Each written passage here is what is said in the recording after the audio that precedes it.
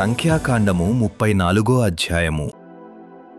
మరియు యెహోవా మోషేకు ఈలాగు సెలవిచ్చెను.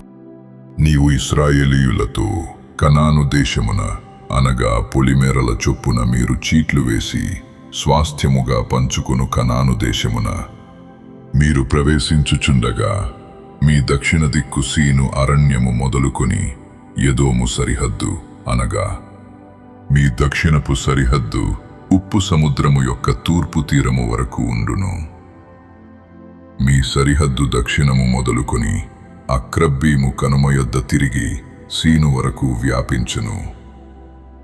అది దక్షిణము నుండి కాదేషు బర్నేయ వరకు వ్యాపించి అక్కడ నుండి హసరద్దారు వరకు పోయి అక్కడ నుండి అస్మోను వరకు సాగును. అస్మోను నుండి ఐగుప్తు నది వరకు సరిహద్దు తిరిగి సముద్రము వరకు వ్యాపించును.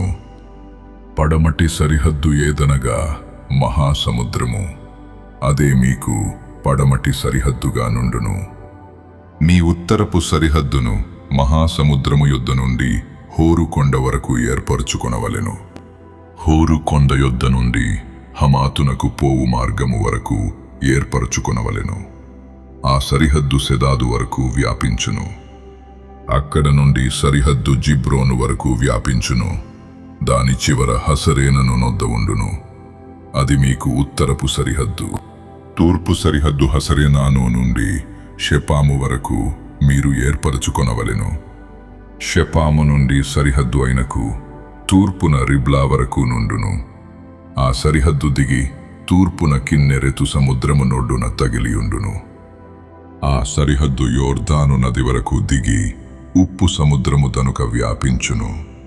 ఆ దేశము చుట్టూనున్న సరిహద్దుల మధ్యనున్న దేశము మీదయ్యుండునని వారికి ఆజ్ఞాపించుము. మోషే ఇశ్రాయేలీయులతో, మీరు చీట్ల చేత పొందబోచున్న దేశము ఇది. యెహోవా 9 గోత్రములకును అర్ధగోత్రమునకును దీనినియ్యవలెను అని ఆజ్ఞాపించెను. ఏలయనగా తమ తమ పితరుల కుటుంబముల ప్రకారము రూబేనీయులను గాదీయులను తమ తమ స్వాస్థ్యములనందిరి. మనష్షే అర్ధగోత్రపు వారు తమ స్వాస్థ్యము నందిరి. 2 గోత్రముల వారును అర్ధగోత్రపు వారును సూర్యోదయ దిక్కున అనగా తూర్పు దిక్కున యెరికో యొద్ద యొర్దాను ఇవతల తమ తమ స్వాస్థ్యములను పొందిరి అని చెప్పెను. మరియు యెహోవా మోషేకు ఈలాగు సెలవిచ్చెను.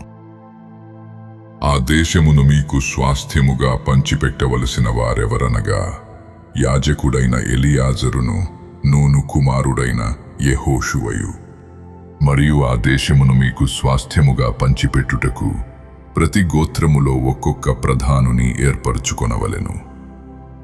వారెవరనగా యూదావారి గోత్రములో యెఫున్నె కుమారుడైన కాలేబు, షిమ్యోనీయుల గోత్రములో అమీహూదు కుమారుడైన షెమూయేలు, బెన్యామీనీయుల గోత్రములో కిస్లోను కుమారుడైన ఎలీదాదు, దానియేలు గోత్రములో యొగ్లీ కుమారుడైన బుక్కీ ప్రధాని, యోసేపు పుత్రులలో యెఫోదు కుమారుడైన హన్నీయేలు మనష్షీయుల గోత్ర ప్రధాని, ఎఫ్రాయిమీయుల గోత్రములో షిప్తాను కుమారుడైన కెమూయేలు ప్రధాని, జెబులూనీయుల గోత్రములో పర్నాకు కుమారుడైన ఎలీషాపాను ప్రధాని, ఇశ్శాఖారీయుల గోత్రములో అజాను కుమారుడైన పల్తీయేలు ప్రధాని, ఆషేరీయుల గోత్రములో షెలోమీ కుమారుడైన అహీహూదు ప్రధాని, నఫ్తాలీయుల గోత్రములో అమీహూదు కుమారుడైన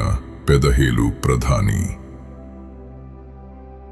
కనాను దేశములో ఇశ్రాయేలీయులకు వారి వారి స్వాస్థ్యములను పంచిపెట్టుటకు యెహోవా ఆజ్ఞాపించిన వారు వీరే.